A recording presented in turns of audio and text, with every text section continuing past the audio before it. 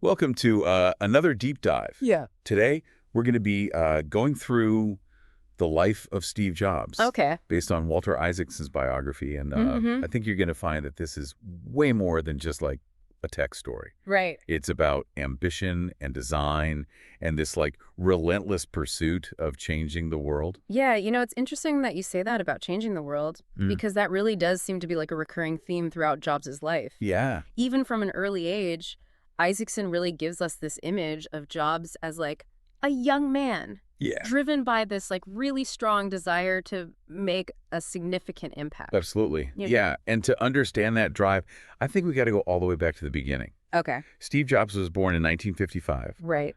And he was immediately put up for adoption. Mm-hmm.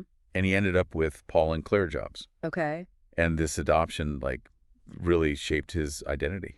Yeah, it's always struck me how Jobs always emphasized that Paul and Clara were his true parents. Yeah? Like, he never felt abandoned. He felt chosen. Right. And I think that might have fueled his self-belief and his determination. Yeah. You know what I mean? For sure. Like, he really believed in himself. And there's that anecdote where Jobs returned from India Oh, yeah. looking so different that his parents walked right past him in the airport. Wow.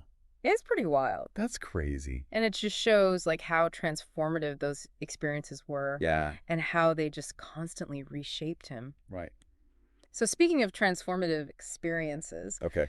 let's talk about his upbringing in Silicon Valley. All right. It was like classic late 1950s, like suburban home, garage workbench. Oh, yeah. And his dad, as a mechanic, really instilled in Jobs this like love for understanding how things worked, Right. how things were put together. Absolutely. And that's so key to his design philosophy later on. This Yeah. whole idea that like Mhm. you can't design something beautiful and functional unless you like understand the guts of it. Totally. Like you got to understand the mechanics. So even as a kid, Okay. he was fascinated by electronics, building speakers. Right. And even Isaacson recounts this story Mm. about Jobs building a system to eavesdrop on rooms. Oh, wow.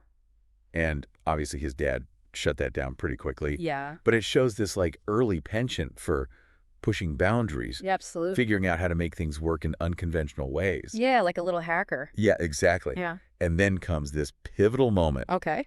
A neighbor named Larry Lang introduces him to Heath kits, Heath kits. those do-it-yourself electronics kits. Well, yeah. Like a light bulb went off for Jobs. All Like right. suddenly he believed he could build anything. Wow. It's a perfect example of how these early experiences can just ignite a passion. Yeah, for sure. And for Jobs, that passion was like amplified when he met Steve Wozniak. Was. Was exactly. Mm-hmm. And their shared love of electronics. Yeah. And their shared love of music, especially Bob Dylan, Right. like solidified their bond. Absolutely. And that bond led to their first venture, What was that? the infamous blue boxes Oh, yeah. that allowed people to make free long-distance calls. Right. So Woz, being the engineering genius, built them. Okay. And Jobs, with his innate business sense, Mm-hmm. figured out how to sell them. Okay. Talk about a dynamic duo. Yeah. And what's remarkable is they honed these skills at the Homebrew Computer Club, What's that? this gathering of tech enthusiasts. Okay. Like it was their training ground, Right. a place to test ideas and get feedback. Yeah, like a little incubator. Exactly. And Woz even debuted the Apple Live there, Wow. which would like change everything. So this is like the very, very beginning. This is the very beginning, and Yeah. it led to the official partnership between Jobs, Wozniak, and Ron Wayne. Okay. Though Wayne quickly bowed out. Yeah, I think I read that he only got like a very small percentage. Yeah, he regretted that. But soon after, Mike Markula, an early investor, became a crucial mentor to Jobs, Okay. emphasizing the importance of building a lasting company, not just chasing quick riches. Mm-hmm. But even then, Jobs' perfectionism was evident, Oh, really? leading to disagreements over the Apple II's design and warranty. Wow. So like even at that early stage, Oh, yeah, he was already kind of like butting heads with people. for sure. Interesting. He was already clashing with Wozniak, Yeah. who preferred a more relaxed family-like atmosphere, Okay. and with Scott, Right. who had the difficult task of managing Jobs' intense design focus. Yeah, it sounds like a lot. It was a lot. Yeah. So it foreshadows this like ongoing struggle between Jobs' uncompromising vision Right. and the realities of building a business. Right, like the tension between the artist and the executive. Yeah, and that tension really comes to a head with the Macintosh project. Okay. So Jobs' visit to Xerox PR was a defining moment. Really? He saw their graphical user interface Okay. and the desktop metaphor, Right. and he instantly grasped the potential for user-friendly computing, Wow. something that Xerox themselves had missed. That's interesting. So they had the technology, They had it. but they didn't see the vision. They didn't see the vision. Right. And that's a testament to Jobs' ability to see the bigger picture, For sure. to understand how technology could be used to, like, simplify and enhance people's lives. Absolutely. He was able to connect these, like, seemingly disparate ideas and Yeah. turn them into tangible products. That's a real talent. Yeah. And he was also a master at building teams Okay. to create the Macintosh. Mm-hmm. He poached key talent from Xerox, Oh, wow. showcasing his talent for recognizing Right. and attracting brilliance. Wow. So he knew how to find the right people He knew how to find them. and bring them together. And this is where his infamous reality distortion field really came into play. Reality distortion field. What's that? Yeah, it's like this blend of charisma, Okay. persuasion, and sheer willpower Wow. that enabled Jobs to, like, inspire his team to achieve these incredible feats. So he could convince people to do things they didn't even think were possible. Almost. Yeah.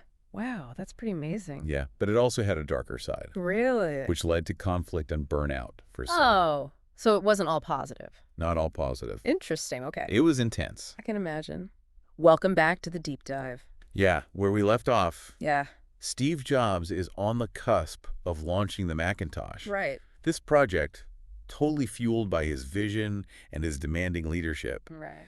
But the story takes quite a turn. It does. The Mac team was filled with all these talented, eccentric individuals, like Oh. all driven by Jobs' intensity. Okay.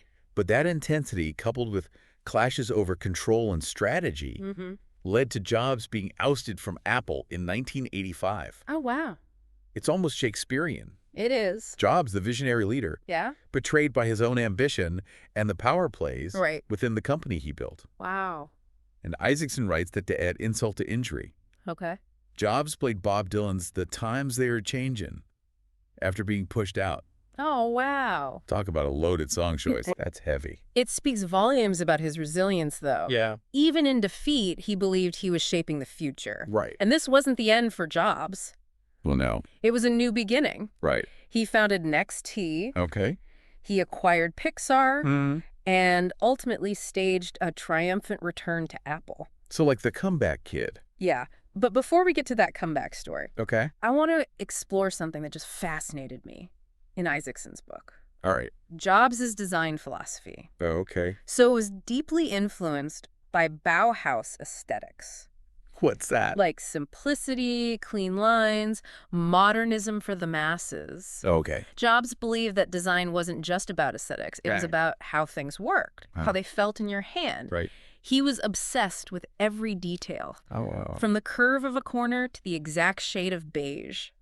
So that's where that comes from. Yeah, you remember that story about him rejecting 2,000 Shades of Beige for the Apple II case? Oh, yeah. It's kind of comical. It is. But it shows how deeply he cared about getting it right. Right down to the very last detail. Exactly. Yeah. And this obsession with detail is what led to the iconic Snow White design language Oh, yeah. that defined Apple products for years. Totally. White cases, Mhm. rounded curves, Right. thin grooves. Yeah, It was a revolution in consumer electronics aesthetics. absolutely. And Jobs found a kindred spirit in Joni Ive, Oh, yeah. Apple's design chief. Right? Their partnership was remarkable. Really? I was able to translate Jobs' often abstract ideas Okay. into these beautiful functional products. So they really complemented each other. Yeah, they were like two sides of the same coin. Yeah. Jobs, the demanding visionary, Right. and Ive, the meticulous craftsman. That's a good team. Yeah, and together they created some of the most iconic and influential products Mm-hmm. of our time. For sure. So let's fast forward to 1997, Okay. when Jobs returns to Apple. All right. The company was in dire straits. Yeah. But Jobs brought this renewed focus on simplicity Mhm. and great products. Okay. The Think Different ad campaign was brilliant, Yeah, it was. reminding the world what Apple stood for. Yeah, it was powerful. Jobs also implemented his famous product review process, Oh, yeah. banning PowerPoint presentations Really? and forcing teams to engage in deep critical thinking That's interesting. about their work. Yeah. He understood that true innovation wasn't about flashy presentations. Right. It was about this rigorous thought Mm-hmm. and a commitment to creating products that were both beautiful and useful. Form and function. Exactly. And one of the most significant outcomes of this approach Okay. was the iPod. Yeah. Jobs had this insight that the PC would become a hub Right. for managing and enjoying digital content, music, photos, videos. Wow. It was revolutionary. It was. The digital hub concept was groundbreaking. Absolutely. It transformed the way we interact with technology. Yeah. And it laid the groundwork for the interconnected world we live in today. Sure. And it stemmed from Jobs' own frustration with the clunky music players Oh, really? that were available at the time. Okay. He famously declared that they truly sucked. Oh, wow. So Apple set out to create something better. Okay. And the iPod was born. Right. But it wasn't just about the sleek hardware. Okay. Jobs, with his masterful negotiation skills, Yeah. convinced the music industry to embrace the iTunes Store, Okay. a digital marketplace that changed how we buy and consume music. Wow. That's huge. It was a gamble, Yeah. but it paid off. It did. Jobs managed to bridge this gap between the tech world Mm-hmm. and the often resistant music industry, Right. convincing them that digital distribution was an opportunity, Right. not a threat. Wow, that's amazing. It was a masterstroke It was. that made Apple the dominant force in digital music. Wow. And it highlights this key differentiator for Apple, What's that? their focus on end-to-end control. Huh. They owned the entire experience, Right. from the hardware to the software to the content. Yeah. And this was in stark contrast to companies like Sony, Mm-hmm. which were fragmented across divisions. Okay. So it speaks to Jobs' understanding that to create a truly seamless Right. and enjoyable experience, Yeah. you had to control all aspects of the ecosystem. Interesting. And this approach would become a hallmark of Apple's success in the years to come. For sure. But amidst all these triumphs, Okay. Jobs faced a personal battle. Really? His diagnosis with pancreatic cancer in 2003. Oh, wow. It was a defining moment, Yeah. forcing him to confront his own mortality. Yeah. Right. Initially, he resisted conventional treatment, Really? almost as if he was trying to apply his reality distortion field to his own health. Wow. So even then, he was still trying to bend reality. It's a poignant reminder Yeah. that even the most brilliant minds can be susceptible to denial, For sure. especially when faced with their own limitations. So, But eventually, he underwent surgery and a liver transplant. okay. But the cancer returned. Oh, wow. And it's remarkable Well, it is. that even as he battled this disease, Yeah. he continued to lead Apple, But- pushing the company forward Right. with the iPhone, the iPad, and iCloud. So he never gave up. He never gave up. Wow. His resilience and dedication were astounding. Yeah. He refused to let illness define him, Right. and he continued to shape the future of technology, Oh, even as his own time was running out. that's powerful. And that brings us to one of the most memorable moments in Jobs' life, Oh, his Stanford commencement address in 2005. right. He spoke so candidly about his cancer diagnosis Mm, and how it had forced him to confront his own mortality. right. It's an incredibly powerful speech, It is. filled with wisdom and vulnerability. Yeah. He urged the graduates to live each day as if it were their last, Right. to follow their passions, and to make a dent in the universe. Such a great line. It's a message that resonates deeply, even today. It does. It reminds us that life is precious Yeah. and that we should strive to make the most of our time here. Absolutely. Before we move on to the final chapter of Jobs' life, Okay. I'd love to hear your thoughts. All right. What strikes you most about his leadership style? Mm. Is it his unwavering vision, Mm. his demanding nature, Mm-hmm. or maybe his ability to inspire those around him? Right. What resonates most with you? Yeah. Take a moment to reflect on that, Okay. and we'll pick up the conversation in the final part of our deep dive. Welcome back to our deep dive into the life and legacy of Steve Jobs. We're now in the final part of our exploration. Yeah, it's amazing how even all these years later, Jobs' leadership style is still debated and analyzed. Right. Some people see him as a visionary genius, Yeah. while others really criticize his like demanding and abrasive approach. It's a fascinating paradox for sure. Like, Yeah. he was notorious for his tantrums and his criticisms and just this pursuit of perfection. Yeah, relentless. But at the same time, he inspired incredible loyalty Yeah. and dedication in the people who worked with him. It's a testament to his complex personality. Oh, for sure. He could be so harsh, but he also had this uncanny ability Yeah. to motivate people Yeah. to achieve things they never thought possible. Right. And a lot of the people who worked closely with him have said that they produced their best work under his leadership, Right. like driven by his unwavering belief in their potential. Yeah, he had this way of pushing you beyond your comfort zone, Right. making you believe you could accomplish anything. Yeah, And often you actually did. exactly. It's this drive, this almost messianic belief in his own vision Yeah. that led to the creation of the iPhone. The iPhone. Remember, this was back in 2007. Oh, wow. Smartphones existed, Yeah. but they were clunky Right. and far from intuitive. Yeah. Jobs wanted a phone that was not only functional, but beautiful, simple, and truly enjoyable to use. Yeah. Against all odds, he pulled it off. He did. The iPhone was a game changer. Absolutely. It revolutionized the mobile phone industry, Yeah. and it laid the foundation for this, like, app-driven world we live in today.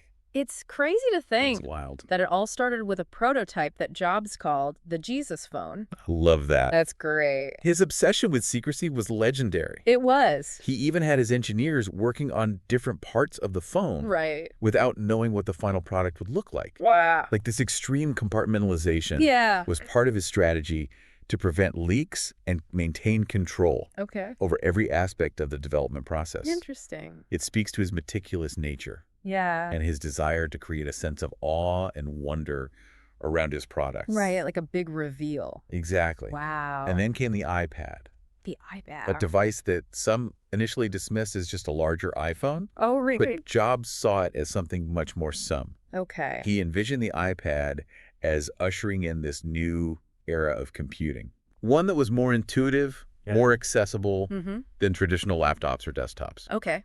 And to a large extent, he was right. Yeah. The iPad created a whole new category of devices Absolutely. and continues to be a massive success for Apple. For sure. Jobs was undeniably a visionary, Yeah. but he was also a shrewd businessman. Right. He understood that to create truly groundbreaking products, Mm. he needed to control the entire ecosystem, Right. the hardware, the software, the content. Yeah. Apple didn't just make devices. Right. They crafted entire experiences. Yeah. Think about iTunes, The App Store, iCloud, All these three. things. all carefully designed elements of Jobs' vision Right. for this seamlessly integrated world Yeah. where Apple products work together effortlessly. That was a strategy that really set them apart from their competitors. Absolutely. Right. They weren't just selling gadgets. They Right. were selling a lifestyle, Yeah. a way of interacting with the world Mm-hmm. that was both stylish and intuitive. They. And at the heart of it all was Jobs' unwavering passion for design. Right. He believed that products should be both beautiful and functional, Mm-hmm. that form should follow emotion. I like that. And he found a kindred spirit in Joni Ive. Yeah. Apple's design chief. Together, they created some of the most iconic and influential products of our time. The iMac. The iPod, The iPhone. and the iPad. Yeah, these weren't just gadgets. Yeah. These were works of art. They were objects that people desired and cherished. For sure. Jobs and Ive showed the world that technology could be more than just cold, hard circuits and wires. Absolutely. It could be beautiful, inspiring, even magical. Right. And that's a big part of Jobs' legacy. It is. He raised the bar for the entire tech industry, Yeah. forcing everyone to think differently about what technology could be Mm-hmm. and how it could enhance our lives. Absolutely. And even though he's gone, Yeah, his influence is still felt today it is. in the products we use, Mhm. the way Yeah. we interact with technology, Yeah. and the expectations we have for design and user experience. You know, it's funny because Jobs was often seen as a control freak, Yeah. but he ultimately unleashed this wave of creativity and Right. innovation that continues to ripple through the tech world. Totally. He showed us that technology can be this powerful tool Mhm. for self-expression and connection, Yeah. a means of making a dent in the universe. A powerful thought. And on that note, we come to the end of our deep dive into the life and legacy of Steve Jobs. Yeah, it's been a privilege to share this journey with you. It has. And we hope that this deep dive has provided you with some new insights and perspectives on this Yeah. complex and fascinating figure. Absolutely. We encourage you to reflect on what resonated with you most deeply in Jobs' story Yeah, think about what lessons you'll carry with you. and how you'll apply those lessons to your own life and work. Mm. Thank you for joining us.